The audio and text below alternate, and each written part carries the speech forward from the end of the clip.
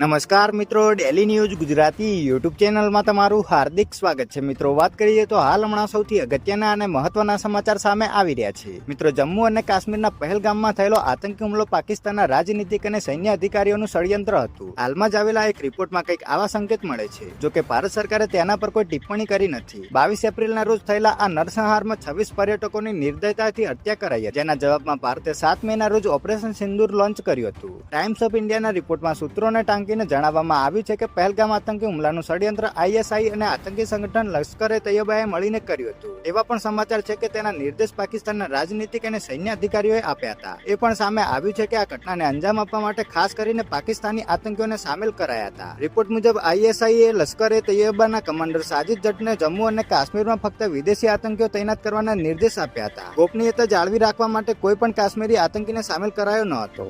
આ હુમલાને અંજામ આપનારા સમૂહનું નેતૃત્વ સુલેમાન કરી રહ્યો હતો. એવી આશંકા છે કે તે પાકિસ્તાની સ્પેશિયલ ફોર્સિસનો પૂર્વ કમાન્ડો છે.